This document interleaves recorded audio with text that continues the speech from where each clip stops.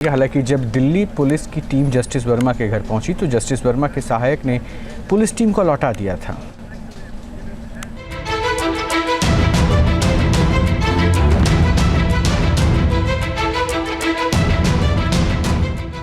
Justice Verma का कांड। क्या 8 घंटे तक अंधेरे में थी दिल्ली पुलिस? क्या जज के सहायक ने पुलिस टीम को लौटा दिया?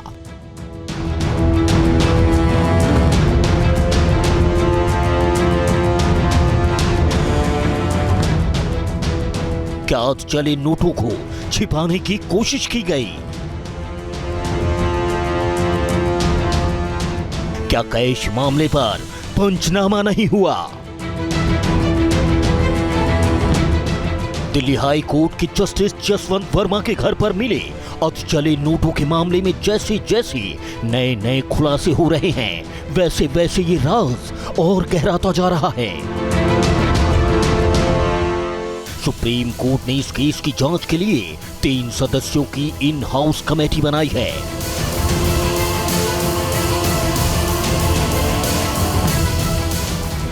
जिसने अपनी तहकीकात शुरू कर दी है, लेकिन इस बीच कैश कांड में जो ताजा खबर आई है वो चौंकाने वाली है। जस्टिस वर्मा के घर आग लगने के 8 घंटे बाद तक दिल्ली पुलिस के शीर्ष अधिकारियों को मालूम नहीं था कि आखिर वहां क्या हुआ। दिल्ली पुलिस मुख्यालय को इस बात की सूचना नहीं थी कि आग लगने के समय जस्टिस वर्मा के स्टोर रूम में 3-4 बोरियों में नोट मौजूद थे जो आग की चपेट में आ गए।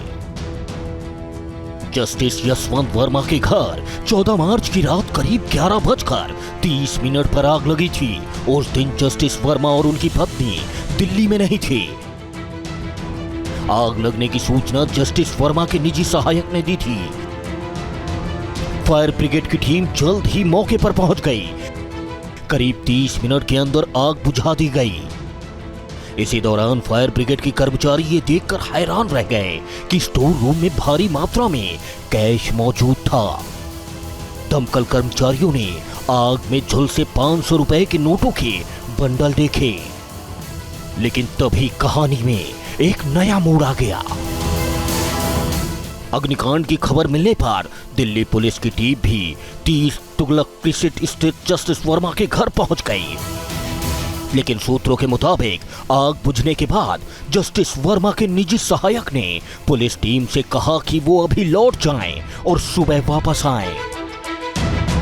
मामला हाई कोर्ट के सिटिंग जज का था। शायद इसलिए पुलिस टीम ने जस्टिस वर्मा के निजी सहायक की बात मान ली और लौट गई। अगर पुलिस ने उस वक्त स्टोर रूम की जांच पड़ताल की होती तो शायद तभी सच सामने आ जाता। हैरानी की बात कि अगले दिन यानी 15 मार्च की सुबह जब पुलिस टीम वहां पहुंची, एक बार फिर जस्टिस वर्मा के निजी सहायक ने उसे लौटा दिया और कहा कि वो बाद में आए। सूत्रों के मुताबिक 15 मार्च की सुबह 8 बजे नई दिल्ली जिला पुलिस के एडिशनल डीएसपी ने अपने सीनियर अधिकारियों को मॉर्निंग डायरी सौंपी। मॉर्निंग डायरी पुलिस के डेली रूटीन का हिस्सा है, जिसमें किसी क्षेत्र विशेष में बीते 24 घंटे में होने वाली सभी प्रमुख घटनाओं का ब्यौरा शामिल होता है। 15 मार्च की मॉर्निंग डायरी में जस्टिस वर्मा के सरकारी आवास के स्टोर रूम में आग लगने की घटना का जिक्र था। इसकी जानकारी दिल्ली पुलिस कमिश्नर संजय अरोड़ा को दी गई। उन्हें अग्निकांड से जुड़े वीडियो भी दिखाए गए। बताया जाता है कि इस घटना की गंभीरता को देखते हुए दिल्ली के पुलिस कमिश्नर संजय अरोड़ा ने केंद्र सरकार में अपने वरिष्ठ अफसरों को इसकी रिपोर्ट दी। इसके बाद 15 मार्च की शाम 4:50 पर उन्होंने दिल्ली हाई कोर्ट के जस्टिस डी.के. उपाध्याय को इसकी खबर दी, जो उस समय लखनऊ में थे। इसके बाद जब दिल्ली हाई कोर्ट के जस्टिस डी.के. उपाध्याय ने अपने रजिस्ट्रार को जस्टिस वर्मा के घर स्थिति की जानकारी लेने भेजा तो वहां स्टोर रूम में उन्हें कोई कैश नहीं मिला। सूत्रों के मुताबिक दिल्ली हाई कोर्ट के चीफ जस्टिस के रजिस्ट्रार ने दिल्ली पुलिस से जस्टिस वर्मा के घर तैनात सुरक्षा कर्मियों की डिटेल्स मांगी थी। दिल्ली पुलिस ने 1 सितंबर 2024 से अब तक तैनात किए गए सुरक्षा कर्मियों का पूरा ब्यौरा भेज दिया है। रिपोर्ट के मुताबिक इस दौरान जस्टिस वर्मा के घर रोटेशन पर सीआरपीएफ के 40 और दिल्ली पुलिस के 3 जवानों की ड्यूटी लगी थी। इस मामले में एक अहम सवाल ये भी है कि क्या पुलिस ने 14 मार्च की रात जस्टिस वर्मा के घर अधचले नोट मिलने के मामले में पंचनामा तैयार नहीं किया। पंचनामा की प्रक्रिया 5 गवाहों के साथ पूरी की जाती है और किसी केस की जांच में इसकी काफी अहमियत होती है। लेकिन सवाल है कि क्या पुलिस ने इस औपचारिकता को पूरा नहीं किया। सूत्रों के मुताबिक कैश कांड की जांच कर रही इन हाउस कमेटी की पड़ताल में पंचनामा का सवाल टॉप पर है। जांच समिति जस्टिस वर्मा के घर पर कैश कांड से जुड़े हर पहलू की जांच कर रही है।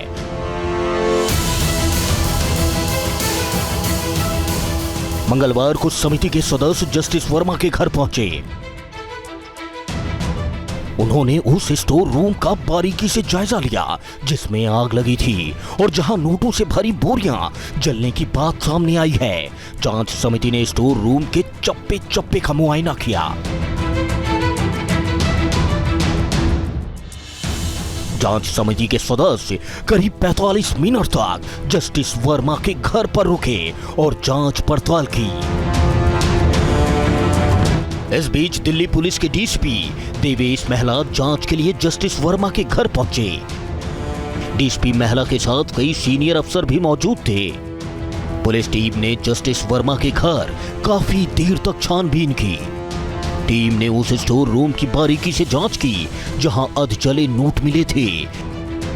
इसके बाद पुलिस ने स्टोर रूम को सील कर दिया। कल जजों की जांच टीम तो आज पहुंची जस्टिस जसवंत वर्मा के घर पर पुलिस की जांच टीम। तकरीबन 2 घंटे तक इस कैंपस में पुलिस के आला अधिकारी और उनके साथ कोर्ट के भी कुछ यहाँ पर लोग मौजूद थे जो कि मौके का न सिर्फ मुआयना किया बल्कि उस कमरे को सील कर दिया गया जिसमें लगी थी आग और जिसमें नोट पाए गए थे। हालांकि ये समूचा जो जांच एक तरह से आगे बढ़ रहा है उसको फास्ट ट्रैक किया जा रहा है और जाहिर है कि जिस रफ्तार से जांच चल रही है कोशिश ये है कि जल्द से जल्द इसकी रिपोर्ट तैयार हो। आज इस कमरे को सील करने के बाद अब आगे फॉरेंसिक की टीम यहाँ पर पहुँच सकती है। जस्टिस वर्मा के घर में लगी आग का मामला इतना तूल पकड़ चुका है कि समूचे देश की निगाहें दरअसल इस घटनाक्रम पर है और यहाँ से जुड़ी जांच पर है, क्योंकि आरोप ये है कि दरअसल उस कमरे में जिसमें आग लगी थी उसमें नोट थे और उससे जस्टिस वर्मा ने भले इनकार किया हो लेकिन उससे संबंधित वीडियो जो पुलिस कमिश्नर ने सुप्रीम कोर्ट को भेजे वो पब्लिक डोमेन में है और उसके बाद ये जांच आगे बढ़ रहा है। इस बीच जो कॉलेजियम का फैसला है उसके मुताबिक जस्टिस वर्मा का ट्रांसफ़र यहाँ से इलाहाबाद किया जा चुका है, लेकिन वहाँ पर भी बवाल चल रहा है। इलाहाबाद बार काउंसिल के जो लोग हैं दरअसल वो इस पूरे ही ट्रांसफ़र प्रोसेस से खफा नजर आ रहे हैं। तो इस तरह से ये समूचा मामला न सिर्फ आगे बढ़ रहा है बल्कि जांच के दायरे में अब ये देखना है कि जो 3 जजों की वरिष्ठ जजों की जो जांच कमेटी है वो दरअसल अपने फैक्ट फाइंडिंग में क्या पाती है। जस्टिस वर्मा कैश कांड में सच का सामने आना जरूरी है ताकि रहस्य से पर्दा उठ सके, दूध का दूध और पानी का पानी हो सके और न्यायपालिका की विश्वसनीयता पर कोई प्रश्न चिन्ह न लगे। Team news nation. News nation अब व्हाट्सएप पर खबरों के ताजा अपडेट के लिए न्यूज़ नेशन के इस QR कोड को स्कैन करें।